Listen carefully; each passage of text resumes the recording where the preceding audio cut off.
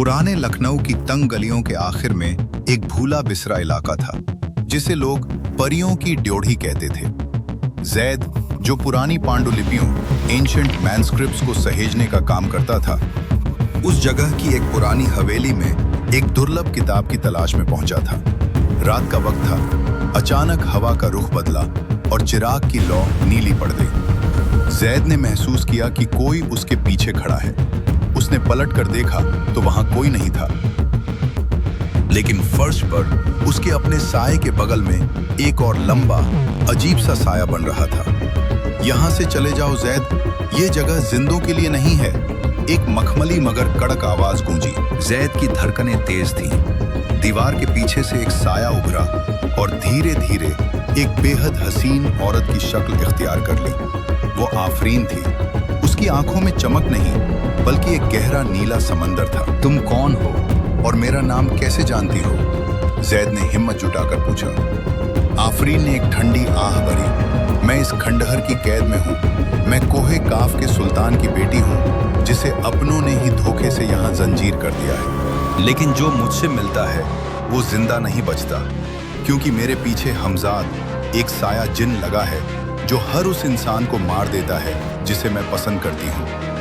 जैद को डर तो लगा, लेकिन आफरीन की आंखों में छिपे दर्द ने उसे बांध लिया। उसने तय किया कि वो यहाँ से भागेगा नहीं। अगले दिन जब जैद अपने घर पहुंचा तो उसने देखा कि उसके कमरे के शीशे पर खून से एक निशान बना हुआ था, एक आधा चांद और उसके बीच में एक जलती हुई तलवार। ये जिन्नातों के एक बागी कबीले का निशान था। रात को सोते समय जैद को महसूस हुआ कि कोई उसका गला घोंट रहा है। उसने आयत अल कुर्सी पढ़नी शुरू की तो वो साया चीखता हुआ पीछे हटा। खिड़की पर आफरीन खड़ी थी। उसके हाथ कांप रहे थे। जैद, भाग जाओ, मेरे पिता के वजीर ने तुम्हें देख लिया है। जैद ने भागने के बजाय आफरीन का हाथ थाम लिया। अल्लाह ने चाहा तो कोई हमारा कुछ नहीं बिगाड़ पाएगा। वफादारी सिर्फ इंसानों का जेवर नहीं होती आफरीन। अचानक हवेली की जमीन फटने लगी।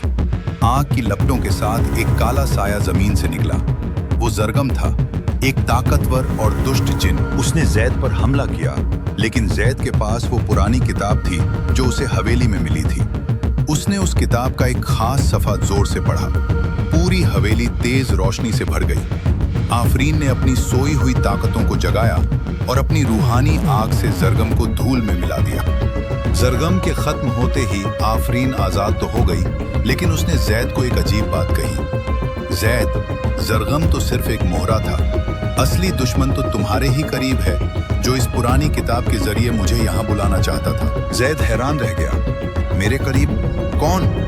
आफरीन ने उसकी आंखों में देखा और गायब होने से पहले सिर्फ इतना कहा, अपने उस्ताद से पूछो कि उन्होंने तुम्हें उस रात उस हवेली में क्यों भेजा था। जैद सन्न रह गया। उसके उस्ताद, जिन्होंने उसे पाल पोस कर बड़ा किया था, क्या वो भी इस तिलिस्म का हिस्सा थे? क्या आप जानना चाहते हैं कि जैद के उस्ताद का क्या राज है? और क्या आफरीन और जैद फिर मिल पाएंगे?